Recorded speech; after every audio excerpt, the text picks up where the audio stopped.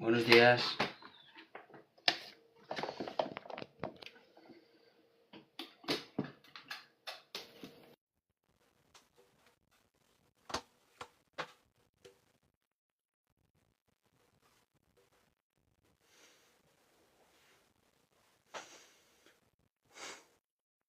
Buenos días. Nada, que no consigo que se quede el panel. En fin. He puesto el panel con la página web, pero bueno, se queda ahí un poco extraño. Y se ha quedado pues que no. Bueno, de hecho no sale. Pero en fin. Si alguien me pregunta, pues tendré que repetirlo 40 veces. Lo vamos a hacer. El fin de semana, súper bien.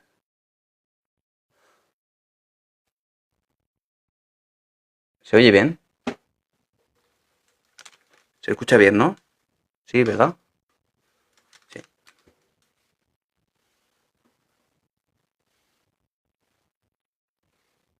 Además que me dieron el viernes una muy buena noticia.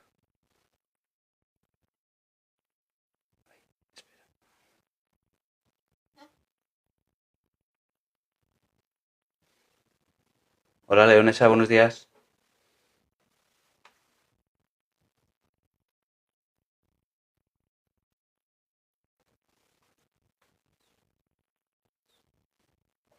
Hola, Mirari. Buenos días.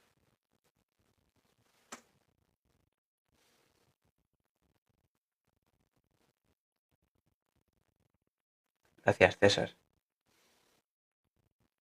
por esas donaciones.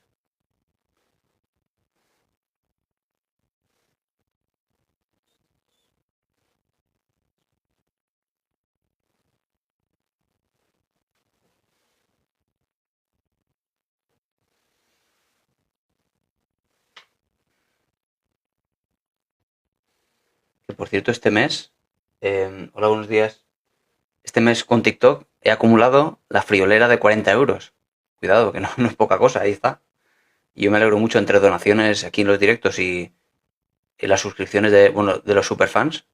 Pues 40 euros que voy a ir acumulando ahí pues para comprar una cámara buena, por ejemplo. Cuando acumule el dinero suficiente, pues maravilloso. 40 euros es dinero ya, ¿eh? En fin, teniendo en cuenta que es un dinero que está ahí y que se va generando, bueno, pues un dinero. Y se agradece. Porque es algo que habéis donado vosotros directamente. Buenos días.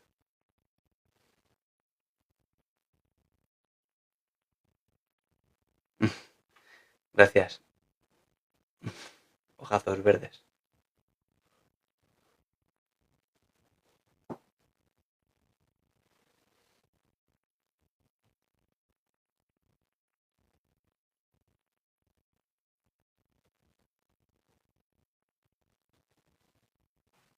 Buenos días, Piedad. Por aquí por YouTube también. Bueno, empezamos otra semana con un poquito más de psicología. Como cada semana, acabamos hablando de muchísimas cosas de psicología. Muchísimas. Empezamos ahora y el viernes habrán sido 7 horas de psicología. Porque aquí estoy todos los días, de lunes a viernes, a las 10 de la mañana y los miércoles a las 8 también. Eso serían 6 horas. Pero como hago una hora más con el directo para superfans, pues 7 horas a la semana.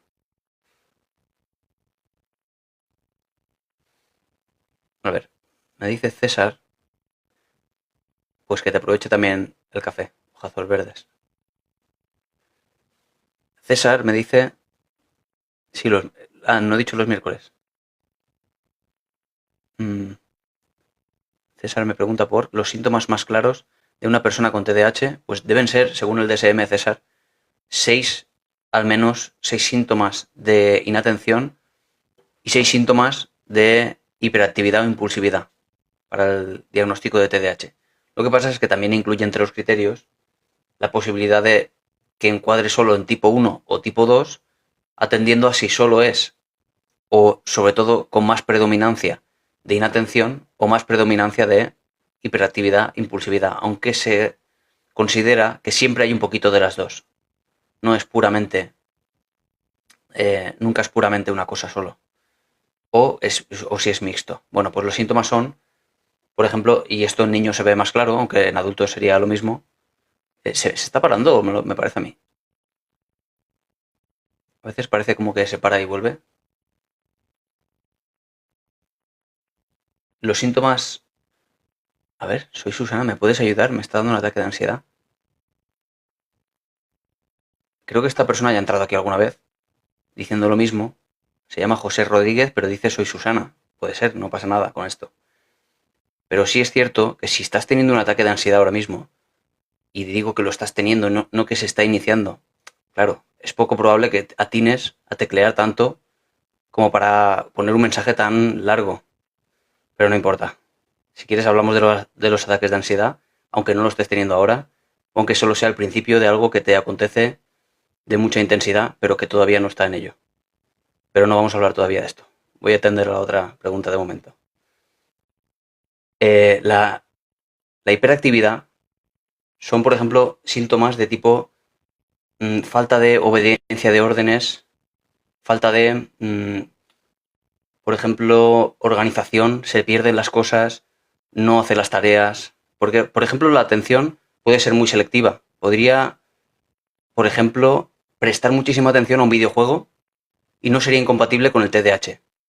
Sobre todo es la inatención por tareas que requieren un esfuerzo.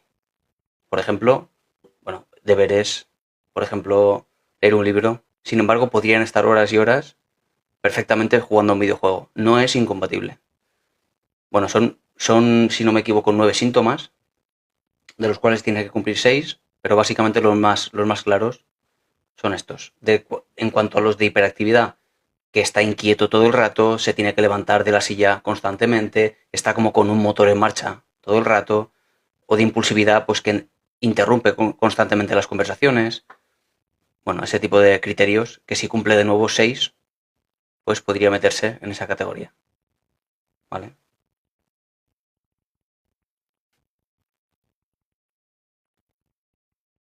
La gente hace cualquier cosa para llamar la atención. Eso me temo que es lo que está ocurriendo.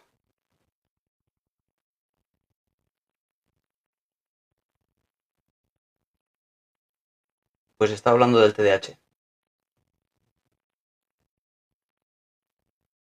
Yo hice un semestre de psicología en mi carrera y fue un aburrimiento porque era toda historia. Entonces no hiciste psicología, me temo. Hiciste historia de la psicología, que no es psicología. Porque si no, tú te metes en historia de la psicología, por ejemplo, podrías perfectamente meterte en la historia del psicoanálisis, del desarrollo de no solo de Freud, sino de Adler, de Carl Gustav Jung, de todos los psicoanalistas, y en ningún momento estarías hablando de psicología. En ningún momento. Estás hablando de la historia, de cómo se ha llegado, de cómo los procesos desde la medicina más clásica, donde se observaba un órgano malherido, enfermo, hasta los procesos en los cuales se empieza a considerar importante la historia del paciente, cómo ve las cosas. La historia es larga y viene incluso desde la Grecia antigua. Eso no es psicología, claro. La psicología cognitivo-conductual parte desde los años 70 sobre todo, desde los años 20 ya podíamos considerarlo conductual, desde los años 50 lo cognitivo y todo el proceso hasta el día de hoy, donde verdaderamente tenemos el corpus científico de una ciencia de la conducta verdaderamente interesante. Con lo cual la historia de la psicología entiendo que sea aburrida, pero eso no es psicología.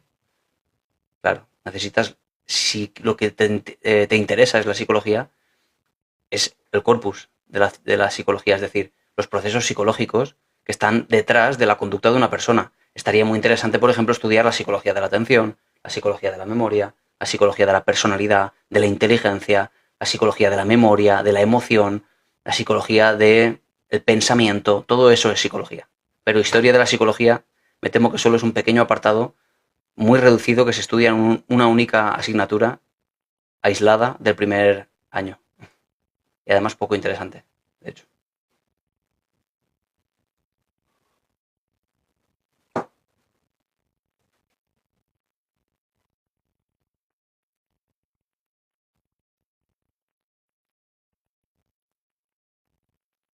¿Cómo se puede diagnosticar un TLP? Pues el TLP, al igual que todos los... no estoy preparado para eso.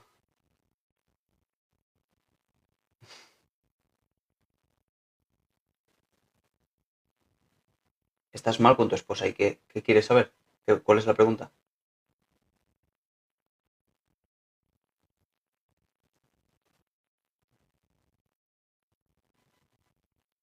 Para diagnosticar cualquier trastorno de la personalidad se utiliza el DSM, el Manual de Criterios Diagnósticos, que es donde se recogen todos los criterios de en qué categorías tiene uno que entrar para poder ser diagnosticado de una enfermedad mental. El DSM solo es una lista de síntomas que no puede uno leer en internet y decidir por sí solo o incluso para terceros si cumple o no cumple. Eso lo tiene que decidir un psicólogo clínico o un psiquiatra. Lo digo porque es muy habitual encontrar el DSM en internet y decir, bueno, pues por lo tanto yo tengo esto porque aquí sale lo mismo que tengo yo, pero solo estás interpretando datos basándote en sesgos que te llevan a pensar que tienes aquello y no estás siendo objetivo. Hola Noé, ¿cuánto tiempo? Bienvenida. ¿Cómo lo llevas? Así que si alguien quiere ser diagnosticado de TLP, tiene que acudir, pues quizá a la Seguridad Social, quizá, hola Lisette, buenos días. A la Seguridad Social me refiero al psiquiatra, él es el que te puede diagnosticar, o a un psicólogo clínico de la Seguridad Social, o en caso de necesidad por alguna razón, pues incluso a la privada. Se hacen también test, hay test de personalidad, hay test, por ejemplo, el de, a ver si recuerdo el nombre, no recuerdo el nombre, hay test de, que es un amplio mapa de rasgos de la personalidad que de hecho están basados en las propias categorías diagnósticas de esos trastornos. Con lo cual, con ese test lo que tenemos es un dato objetivo que luego será un añadido a la historia clínica del paciente, a la valoración esta que hace el clínico para decidir si sí o si no a cada una de las categorías. Pero se necesita al final una decisión clínica. A ver, hola Nathan, buenos días. A ver si me puedes definir un poco más, Héctor. ¿Cuál es la consulta? En la distimia puede existir TOC y perfeccionismo. TOC y perfeccionismo. A ver, perfeccionismo no habría ningún problema, desde luego. Pero TOC, quisiera recordar, gracias a ti, Verónica, quisiera intentar recordar si dentro del diagnóstico diferencial, en una u en otra, aparece la necesidad de excluir ciertos trastornos. Y tú sabes que en algunos trastornos del DSM, en una de los criterios, el B, el C o el D, habitualmente uno de los más lejos, siempre está ese criterio que excluye el resto, pero no creo que los trastornos afectivos y los relacionados con la ansiedad, como el TOC, no creo que sean excluyentes. Por ejemplo, los de la distimia, los trastornos del estado de ánimo, como la distimia, sí excluyen, por ejemplo, que haya un trastorno psicótico. Si hay un trastorno psicótico que explique los síntomas, hay que descartar, por tanto, la distimia o la depresión. Pero creo que no, en el caso de tan diferentes como es los trastornos de la ansiedad y los trastornos del estado de ánimo. El TOC no es un trastorno de ansiedad, se sacó de ahí desde el DSM-4, pero está relacionado muchísimo con la ansiedad. Por lo tanto, yo entiendo que no existe ese criterio de exclusión. La distimia y el TOC pueden estar, creo yo, si no me equivoco, tendría que consultarlo, pueden diagnosticarse en una persona. El perfeccionismo, no, como no es un diagnóstico, no hay ningún problema. Puede haber perfectamente en una persona con distimia y puede perfectamente no haberlo. No es un criterio determinante para la distimia. Con lo cual, no, no está relacionado.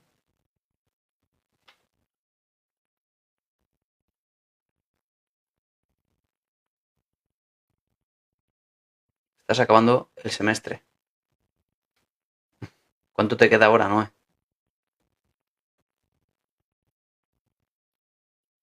A ver, diferencia entre enfermedad mental, trastorno de la personalidad y otra. Pues mira, muy sencillo.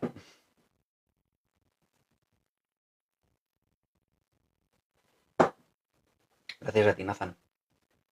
Trastorno psicológico o mental, otro más y el TFG, vale, no. Trastorno psicológico es diferente porque eso es lo que verdaderamente es lo que antes se llamaba una enfermedad. Eso es un trastorno que, dado que es un trastorno, dado que es una enfermedad, tiene cura. Solo necesita de un tratamiento específico para eso y por tanto podríamos decir, después del tratamiento y de la eficacia del tratamiento, que la persona está curada. Eso es un trastorno psicológico o mental, una enfermedad mental. Pero el trastorno de la personalidad es otra cosa, no tiene cura, porque no tiene nada que ver con una enfermedad, no es tienes narcisismo, ni tienes, no, es que eres. Ese es el test que me refería, es el MCMI, el Million, ese. Macmillian, creo que es el que me refería.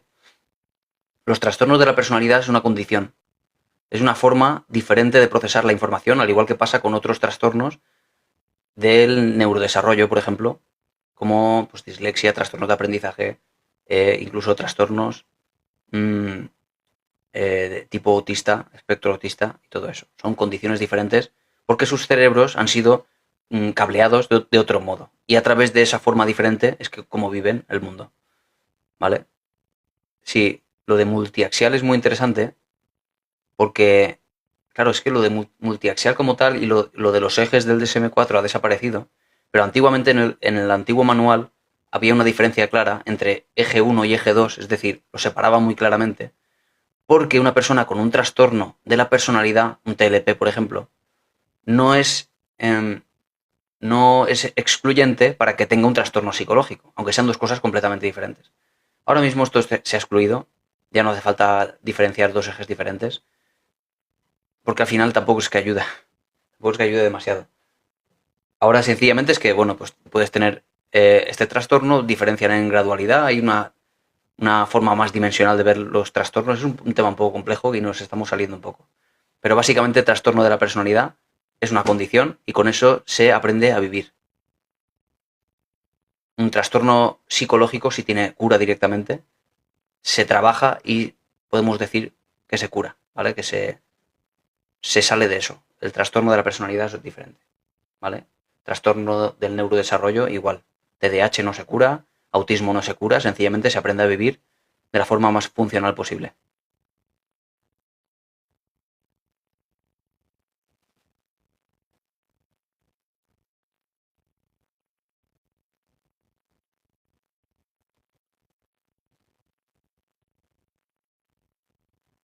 ¿De qué vas a hacer el TFG? No, sí, sí confunde más, sí. Trata temas de adicciones, sí.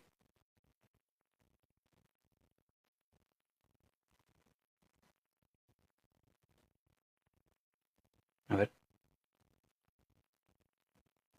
Un familiar cercano tiene personalidad paranoide y agota estar con él. Personalidad paranoide, claro, es un tipo de personalidad, un trastorno de la personalidad, como hemos definido antes. Muy complicado porque, claro, es que es muy difícil convivir con ella porque siempre están... No, la epilepsia no tiene cura. Siempre están suponiendo cosas que no son. Siempre están dándole vueltas a aquella intención que tienen los demás.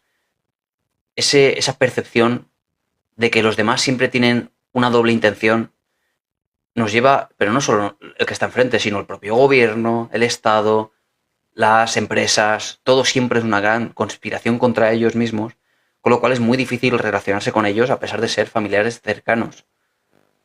La personalidad paranoide, de nuevo, no tiene cura como tal, porque es una condición, es una forma de ser, pero puede diluirse mucho, puede aprender mucho si la persona quiere porque está pasándolo verdaderamente mal.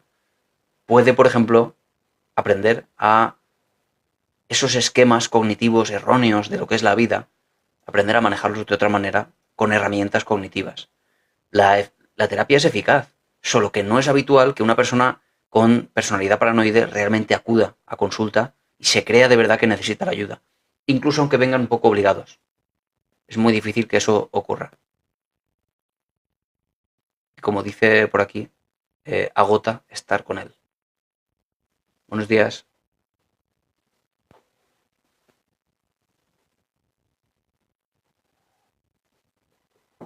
Y nunca, dice por aquí Nathan, no se deben confrontar. Claro, porque esto es un tema delicado. Y yo he tenido pacientes, cuidado con esto porque es delicado, ¿eh? Yo he tenido pacientes que, a ver, y histriónicos. Histriónicos con H y con I. Bueno, ahora vamos con eso. El problema de la paranoia, del delirio, incluso, es muy delicado porque realmente se están creyendo la realidad que están construyendo y personas que, por ejemplo, hablan con certeza de que un médico, que un psiquiatra, que alguien con una autoridad le ha hecho algo o ha tenido la intención de hacerle algo y tiene la certeza absoluta de que se lo ha hecho, por mucho que le muestres la evidencia de que no, da igual, porque siempre va a encontrar la forma cognitiva de darle la vuelta, de encontrar la forma de incluso de meterte a ti en ese saco de la conspiración, dado que tú no le dices aquello que quiere escuchar. Es muy delicado y como dice Nathan por aquí, a una persona paranoide, una persona con un delirio, con ese patrón de pensamiento tan estricto y tan coherente con todo lo hace coherente dentro de su estructura, es muy difícil hacerle salir. Así que no se confronta la terapia. Siempre se hace de una forma muy lenta, siempre se lleva a que sea la propia persona la que empiece a identificar cuáles son los motivos de su malestar dentro de esa estructura tan coherente. Es muy difícil trabajar con esto, no es rápido en absoluto, como tantas veces he dicho. Cuando hablamos de trastornos de la personalidad, el trabajo es muy lento. Hablamos de años de terapia, ahí sí hablamos de años de terapia. Con los trastornos psicológicos no, siempre son meses de terapia y nada más. Pensé que la paranoia era por la esquizofrenia. Sí, Maribel, pero solo es parte de la esquizofrenia, pero no solo de la esquizofrenia. Por ejemplo, fíjate que la celopatía, lo que se conocía como celopatía, o trastorno por celos, no recuerdo ahora cómo lo dice, por ejemplo, es una paranoia también. La persona realmente empieza a ver cosas que no están, incluso ya no solo que los vea porque hay una alucinación, sino que su pensamiento le lleva a confirmar constantemente cosas que en realidad pues no son, a través de los celos y la creación de una historia coherente con que realmente le están poniendo los cuernos o le están siendo infieles. O sea, no solo es de la esquizofrenia, hay muchas condiciones. Está el trastorno psicótico breve, por ejemplo. El trastorno psicótico breve no es esquizofrenia, es durante un mes puedes tener un brote psicótico y que no vuelvas a tenerlo jamás. Y no tienes esquizofrenia.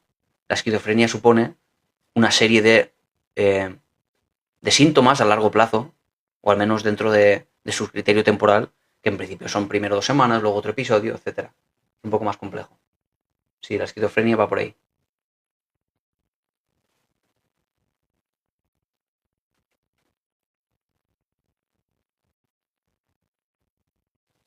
Una persona PAS se cura. Es que el tema del PAS es un tema un poco delicado. Hay evidencia científica respecto de lo que es un PAS, esto de la persona altamente sensible, pero no está en el DSM. Si no está en el DSM es que no hay suficiente evidencia científica realmente para afirmar que esto exista con el corpus científico suficiente.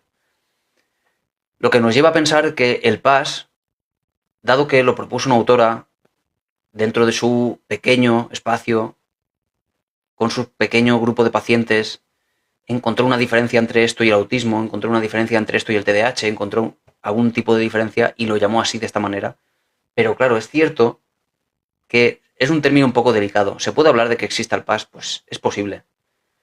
Pero si ya es difícil a veces definirlo y saber exactamente qué es lo que es, todavía más difícil es decir si se cura el PAS. Claro, es que primero tenemos que saber seguro qué es esto del PAS.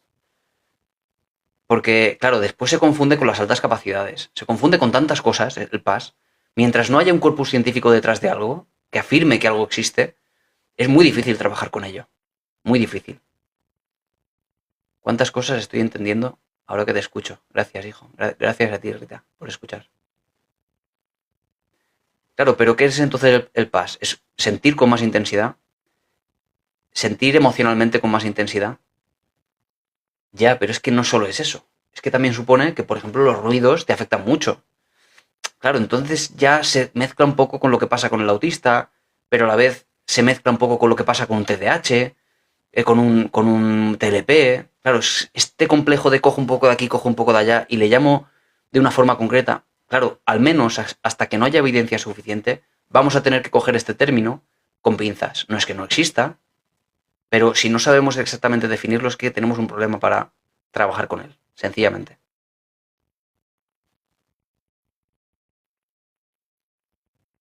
Ah, vas a hacerlo con adulto, con autismo.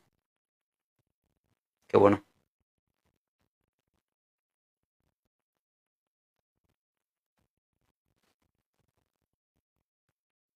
A ver, Antonia Magaña, ¿te refieres a que tu madre tiene este problema, el que la paranoia?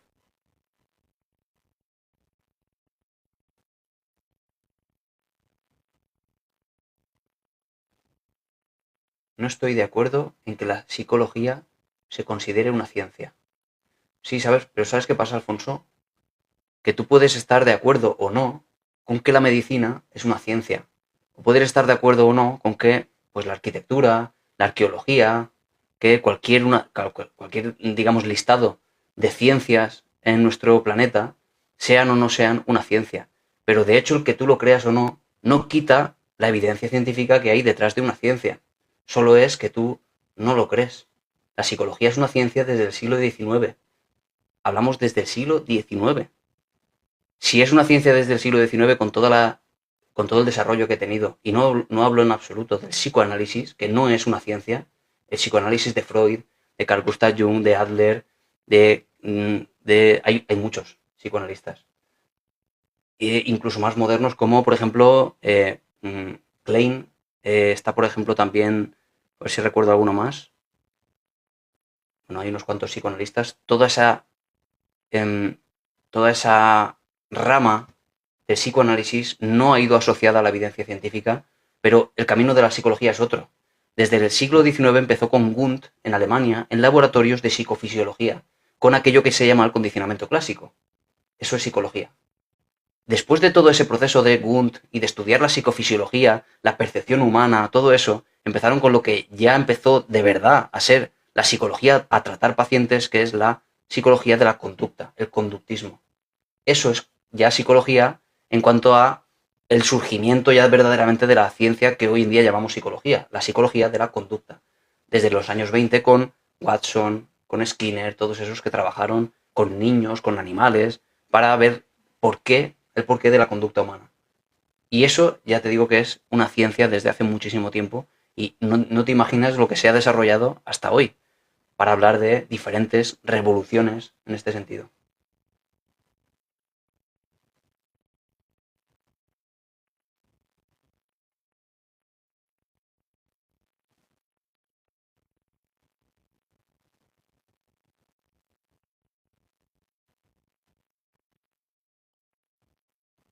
A ver, ¿se hereda la neurosis ansioso-depresiva con trastorno de la personalidad? No se hereda, no se hereda. Es cierto que, a ver, si hablamos de trastorno de la personalidad, siempre hablamos de multifactorialidad, siempre es una cuestión de genes y de un ambiente en la infancia complicado. Hablamos también de no solo eso, sino incluso un montón de factores ajenos a la psicología y al nacimiento y a los genes, perdón, como por ejemplo, pues fijaos, la alimentación en la primera infancia, pues cualquier tipo de, yo qué sé, disruptor neuroendocrino, de todo lo que afecta a el desarrollo neuronal de ese niño, ¿no? Son muchas las cosas, muchas las causas. Por eso decimos siempre que es multifactorial, multicausal. Así que se hereda, no se hereda, se puede heredar una cierta predisposición que si luego coincide con un desarrollo difícil en la infancia, un apego inseguro, un maltrato en la infancia, un abuso, aumentamos desde luego muchísimas veces la probabilidad de que esos genes se activen o no se activen.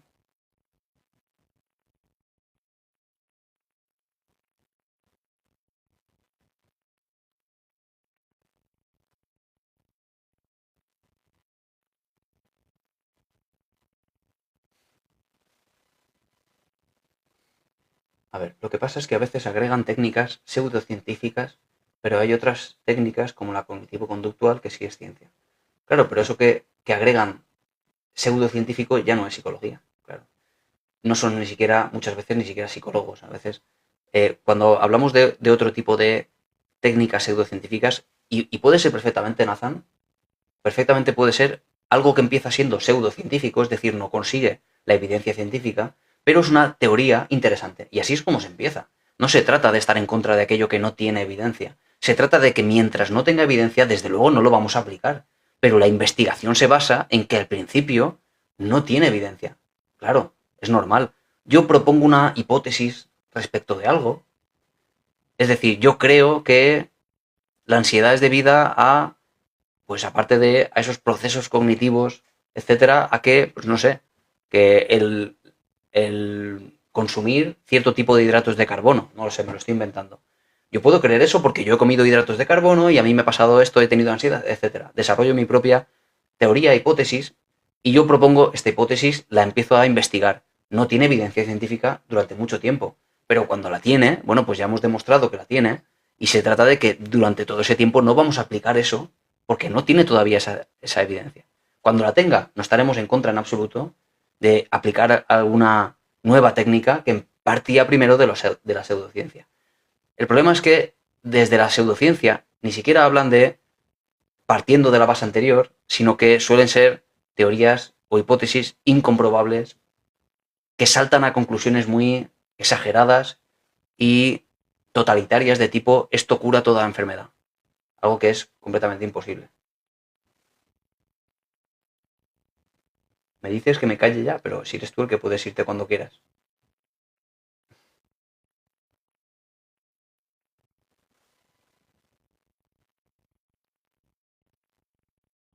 No puede curarse el trastorno límite de la personalidad, porque no es ninguna enfermedad, ¿vale? Es una condición y tiene que aprender a vivir con ello. Es lo que estaba comentando antes.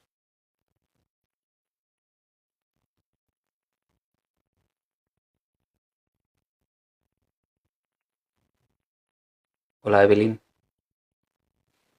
La esquizofrenia es un trastorno neurodegenerativo. No tiene cura tampoco, ¿vale? De nuevo, se aprende a vivir con ello. Mediante psicofármacos, por ejemplo, para que no se vuelva a tener un brote psicótico.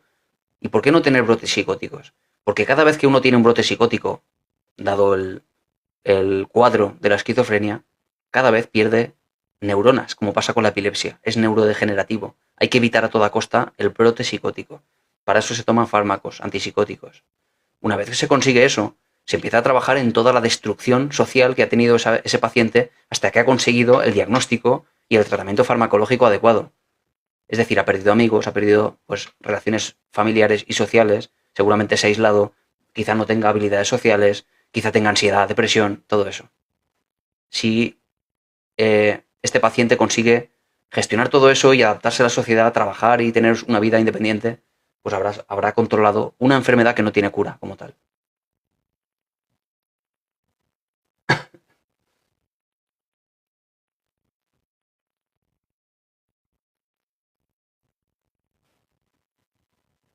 De psicoanálisis te olvidas de una figura tan importante o más que Freud, Jacques Lacan. Sí, pero no importa. Si precisamente de lo que está hablando es de esto, Alfonso. De que la línea del psicoanálisis no parte de la psicología, parte de la medicina para empezar. El camino de la psicología es otro.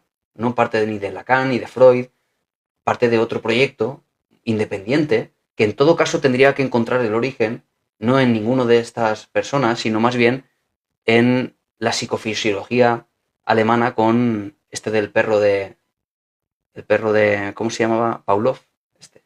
El perro de Pavlov, el condicionamiento clásico, este que a través de un estímulo, como por ejemplo una campana, y la segregación de saliva al aparecer la comida, esto es del origen de la psicología. Ni Lacan, ni Freud, todo eso es otra rama independiente que nunca ha sido científica ni lo es ahora tampoco, porque no tiene evidencia. La psicología es una ciencia desde su origen, con la psicofisiología y hasta hoy, a través del conductismo y el cognitivo conductual.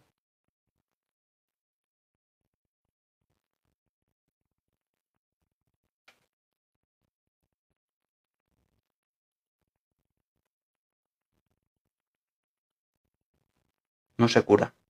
El borderline, que es el límite de la personalidad. Lo estaba diciendo antes.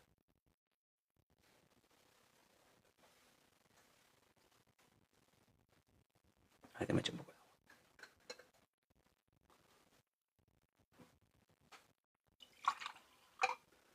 ¿Qué pasa en una persona que su mente crea escenarios y se los cree? Pues sabes que, Jerry, podrías mirarte al espejo y lo encontrarías. Sabrías lo que pasa. A mí me pasa, a ti te pasa y nos pasa absolutamente a todos. ¿Sabes por qué? Porque en realidad los escenarios que tú ves y los que yo veo y los que todos vemos son solo creados producto de una mente que juzga a través de sus valores y creencias y sus filtros personales. Es lo que nos pasa a todos. En realidad eso es lo normal. Lo que pasa es que somos muy perspicaces, muy capaces de ver esto en los demás, pero no en uno mismo. En uno mismo cuesta muchísimo más. Decimos, pero esta tía, ¿cómo se cree? ¿Cómo es posible que se crea esto que está diciendo? ¿Cómo es posible? En realidad estás haciendo lo mismo tú. Tú crees que esto que está haciendo no es justo, que no debería ser así, que no debería de no sé qué. Todo eso son construcciones mentales tuyas de los debería o no debería, del bien y el mal. Construcciones completamente subjetivas que tú te has creído. Por eso aquí no se trata de encontrar la verdad absoluta. En la psicología se trata de conseguir la suficiente flexibilidad para entender que mi bien, mi mal, mi forma particular de ver el mundo no es la mejor, ni mejor que nadie. Es entender que los demás tienen la suya, su propia construcción, como si fuéramos cámaras de cine. Vamos construyendo películas cada uno. Si entiendes que esto es así, no te afecta la forma diferente de ver a los demás.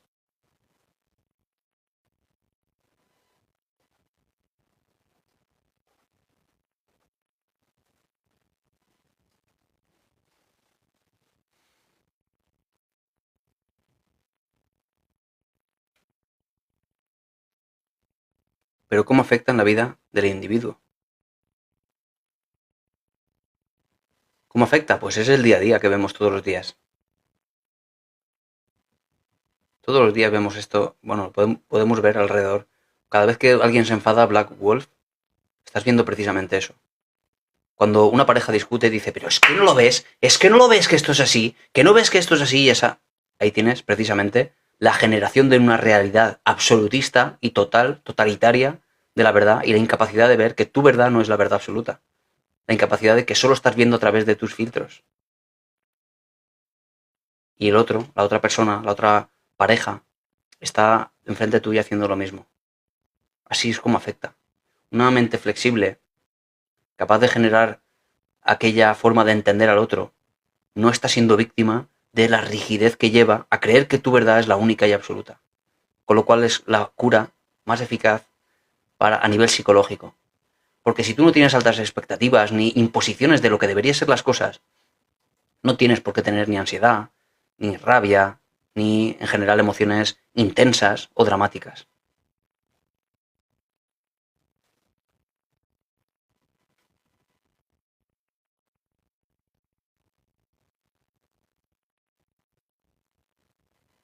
Veo que respuesta, con esta respuesta que he dado, veo que mucha gente se ha sentido identificada. Mucha gente ha visto algo en su vida. Mm, entiendo que en algún momento se han sentido víctimas de esto, de la incapacidad de ver más allá de nuestra forma de interpretar las cosas. Y por eso veo tantas respuestas de gracias por este matiz quizá. Se pasa muy mal. Cuando uno no entiende esto, se pasa muy mal. Pero vosotros tened en cuenta cuál ha sido la pregunta. Tened en cuenta cuál ha sido, y no en absoluto digo que la persona que ha hecho la pregunta lo esté haciendo mal, ni mucho menos. La pregunta ha sido, ¿por qué hay personas que hacen esto?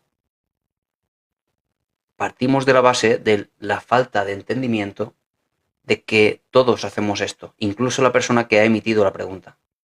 Pero él no lo sabía. Por eso necesitamos psicoeducación, que es uno de mis proyectos aquí. Poder hacer divulgación científica de lo que es la psicología y lo que no es.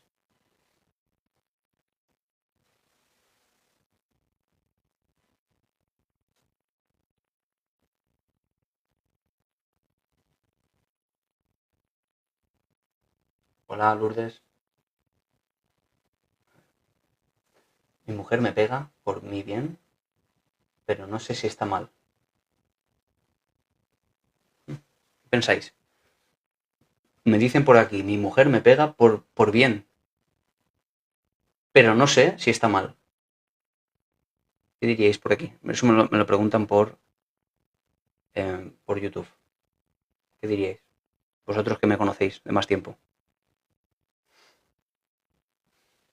Tenías que estar en los telediarios. Bueno, voy a la tele de vez en cuando. Voy a Tele Elda, una tele comarcal. Sí, sobre todo me refiero a esta forma de concebir el mundo de esta persona, de Miquel Power, la forma de cuadrar la realidad a través del bien y el mal, que en realidad le está impidiendo, pues, por ejemplo, tomar decisiones. Si yo considero que lo que está pasando, a pesar de ser intolerable, es tolerable, si considero que está bien, que lo hace por bien, al final dudo de si está bien o no, a pesar de que sea un delito. Cuando algo es un delito, podemos decir que está mal, si es un delito. Claro, es que el concepto de bien y de mal es un concepto religioso.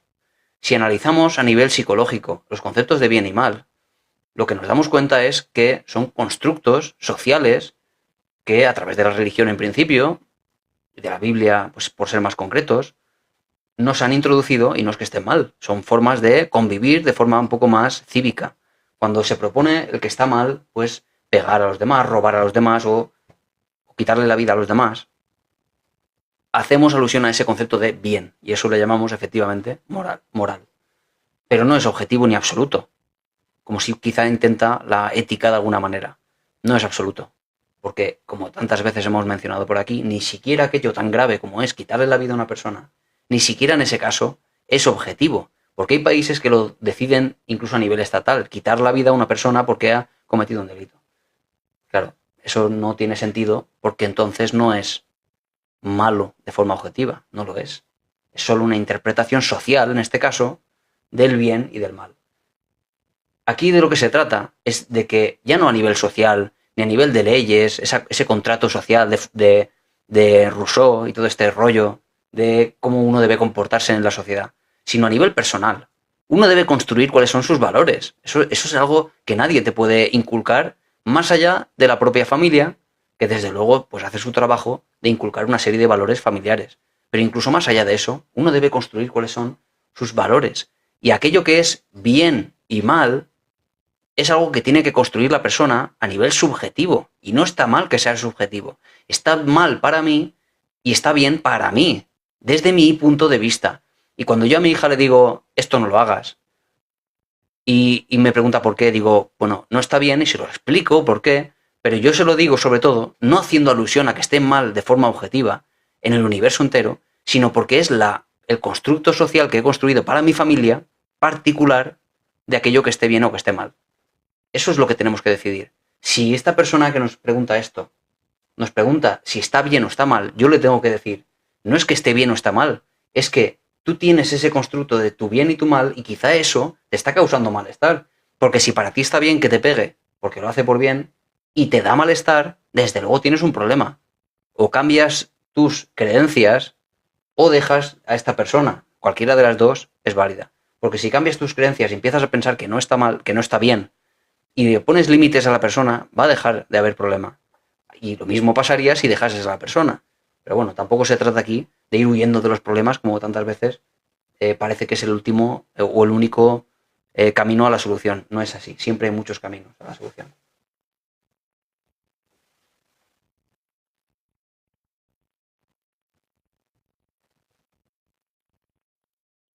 Por aquí te dicen, amigo, tienes que respetarte, que es un maltrato, que no se debe permitir. Entiendo que siempre ocurre que, y es comprensible, desde fuera siempre se ve esto como tan grave como para decir déjalo, déjalo, déjalo. Totalmente comprensible. Lo que pasa es que desde dentro hay que añadir aquello que desde fuera no se ve y no se añade a la ecuación, que es todo lo positivo que tiene esta persona por la pareja. Claro, desde fuera jamás se ve todo esto. Por esa razón, desde fuera se juzga y se dice, déjalo, ¿cómo estás con él? ¿Cómo es posible? Claro, hay que añadir todos los factores a la ecuación para poder entender por qué una persona, a pesar de todo esto, sigue estando ahí. Yo soy psicóloga y cada día aprendo más y más. Haces muy bien, Esmere, yo también aprendo cada día más. No se puede dejar de aprender siendo psicólogos, ¿no crees?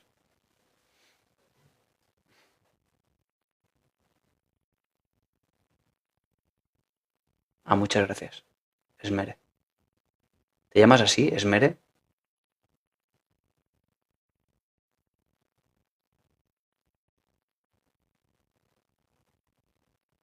Qué bonito. A ver, la psicología parte, en su mayor parte, del estudio de la etología. También se apodera de conceptos psicoanalíticos. No se apodera de ningún concepto psicoanalítico, pero sí de la etología, es decir, del comportamiento de los animales, evidentemente. Y perfectamente la psicología podría haberse llamado etología, perfectamente. Se llamó psicología porque la etología estaba acogida y era el estudio, pues, de la biología y de los animales, de la conducta de los animales. Maravilloso. Pero no coge nada del psicoanálisis, absolutamente nada. De hecho, se posiciona en contra, desde el principio, de cualquier intento pseudocientífico de acercamiento al estudio de la conducta. El propio Skinner era radical en este aspecto y estaba en contra de cualquier matiz mental. Él decía que lo único medible era la conducta y era lo único interesante para la ciencia de la psicología. No toma ningún elemento. Es decir, ¿qué son los elementos psicoanalíticos? Aquellos, por cierto, que han sido constantemente refutados uno tras otro hasta día casi de hoy. Por ejemplo, pues desde el complejo de Edipo, el complejo de Electra, el Eros y el Tánatos, todo eso ha sido refutado completamente. Cualquier tipo de trauma en la infancia, que es lo que postulaba él a nivel sexual, no es cierto. Las diferencias en las etapas sexuales, psicosexuales, no tienen evidencia científica. Tiene algo de evidencia científica el proceso de transferencia y contratransferencia, que son parte del proceso psicoterapéutico del psicoanálisis, algo de evidencia científica tiene, pero nada más lejos de que hayan encontrado algo que nos haga pensar que es mejor terapia esta que la terapia científica. En cualquier caso, Alfonso, cuando me decías que la psicología no es una ciencia, el psicoanálisis es el que no es una ciencia. En eso te equivocas. La psicología es una ciencia desde hace demasiado tiempo y viene demasiado atrás.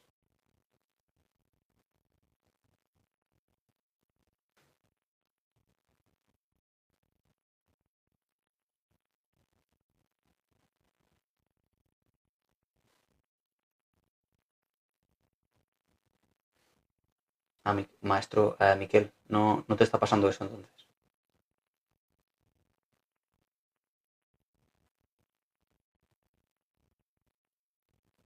No, yo la pregunta me la he tomado en serio,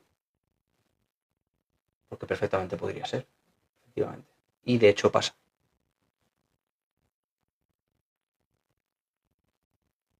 La psicología es diferente al psicoanálisis, sí, sí es.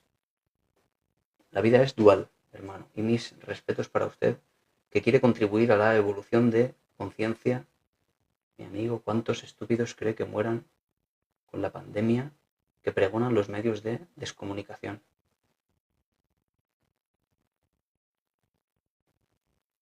¿Cree que la sociedad vuelva a caer en la trampa? Tendrías que definirme cuál es la trampa, Antonio.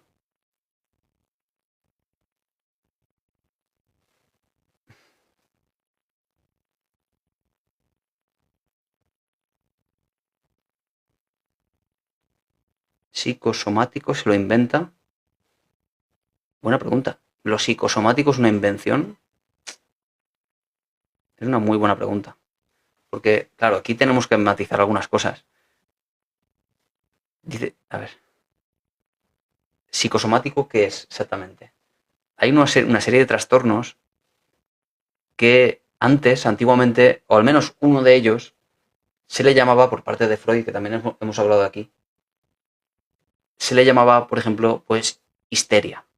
El concepto de histeria ya no existe como tal en el DSM, se ha metido en el saco de uno de las categorías más polémicas a veces, que es la categoría de los trastornos psicosomáticos. ¿Se lo inventa? No lo inventa y lo podemos saber claramente. Eso lo hemos podido evidenciar. Por ejemplo, los trastornos conversivos. Hay un trastorno conversivo que es el mismo, curiosamente el mismo trastorno o sería una analogía del trastorno por epilepsia. Si tú observas el cerebro de una persona con epilepsia, ves claramente que se producen una serie de descargas en los dos hemisferios del cerebro que destruyen zonas específicas a nivel neuronal. Van rompiendo. Claro, cada vez que se producen descargas van rompiendo, digamos, van destruyendo neuronas. Por ejemplo, es curioso que el trastorno conversivo ocurre lo mismo, ocurre en episodios como la epilepsia, episodios convulsivos, pero no tiene ninguna correlación como si ocurre con la epilepsia, ninguna correlación real. El cerebro no le pasa nada, no hay nada que podamos medir y que pueda demostrar que tiene descargas de nada. Sin embargo, la persona no finge, es que se cae de verdad al suelo, es que se hace daño a veces, se golpea la cabeza, se rompen vasos en la mano, se cortan por todas partes. Y es muy curioso de ver porque dice, si no tiene nada del cerebro, entonces, ¿qué está pasando? Es un trastorno de la personalidad. Es un trastorno psicológico, perdón. Muy, muy curioso. Claro, porque entonces, ¿qué es lo que está pasando? Si no finge que es, bueno, pues se metería en esta categoría. Trastorno por somatización. No, no es neurológico. Neurológico es la epilepsia. Hay un problema en la neurología, hay un problema en las neuronas, que se descarga una energía eléctrica y destruye neuronas. El trastorno por somatización no tiene absolutamente ningún daño en el cerebro. Ninguno.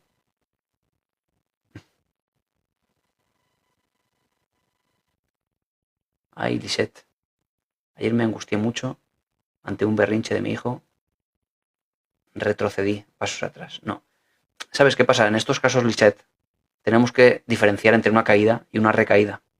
Una recaída es volver al principio.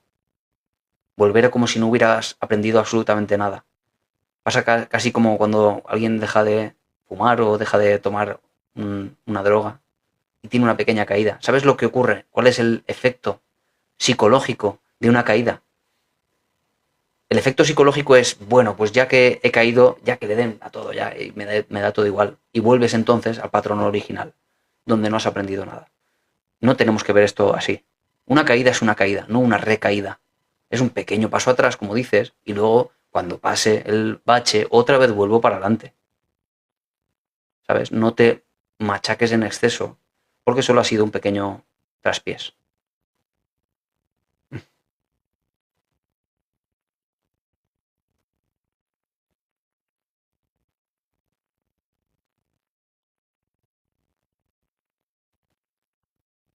No me acerco ni un poquito, pero ni un poquito al psicoanálisis. Psicoanálisis no tiene evidencia científica. La psicología cognitivo-conductual tiene todo un corpus ya de siglos de evidencia científica. Y solo en la carrera universitaria, tanto en Europa y en la mayoría de países, se estudia cognitivo-conductual, psicología científica. Aparte de que luego a través de esto, y como base de todo, se estudian otro tipo de orientaciones, como la orientación pues más humanista, etcétera. Pero el psicoanálisis no se estudia en la carrera.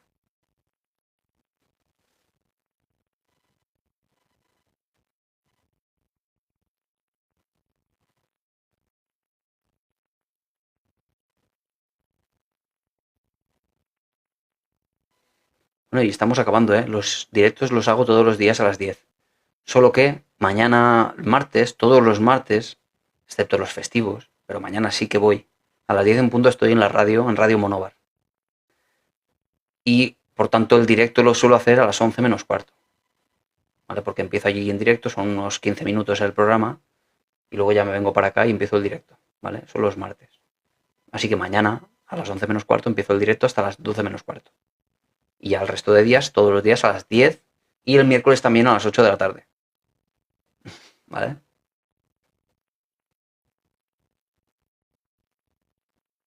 Voy a ir despidiéndome, ¿eh? Hemos hablado, como siempre, de cosas que no me esperaba tampoco hablar.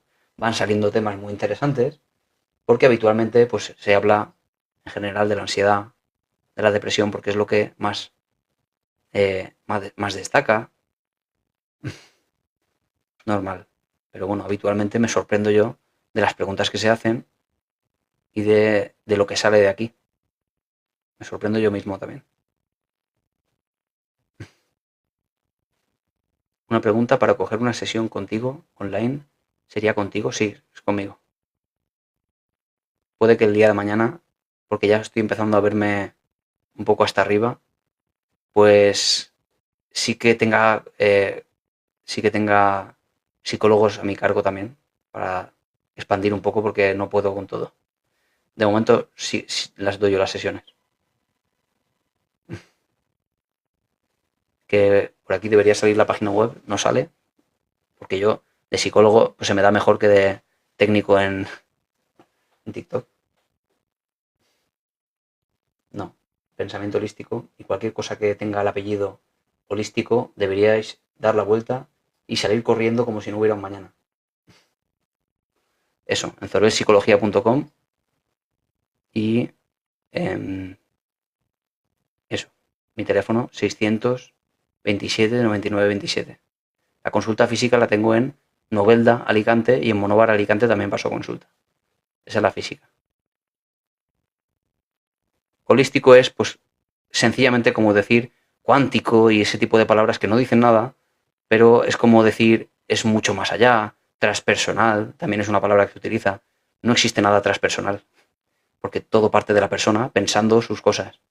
Pero son conceptos que intentan hacerlo todo más grande y, por ejemplo, en vez de tratar específicamente trastornos psicológicos con la psicología, pues, por ejemplo, pues casi que lo cura todo, hasta el cáncer.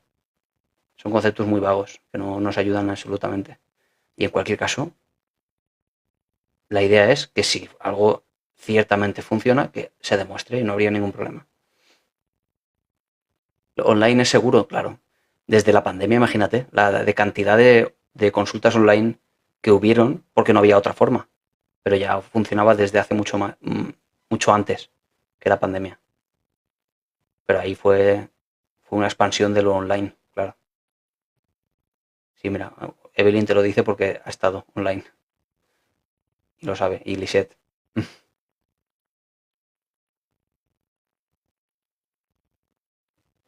Bueno, chicos y chicas, me despido.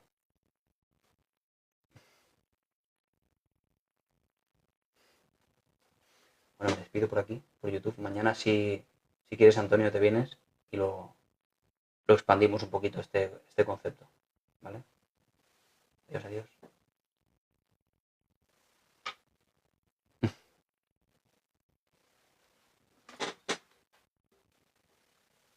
Adiós, adiós, Leonesa, gracias.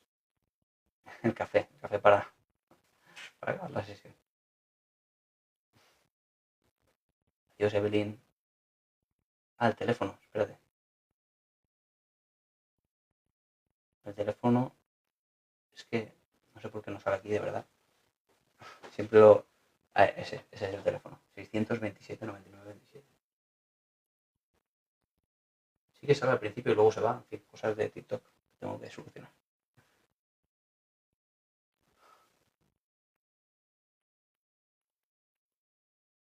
Uy, si no, ya no. Hasta mañana.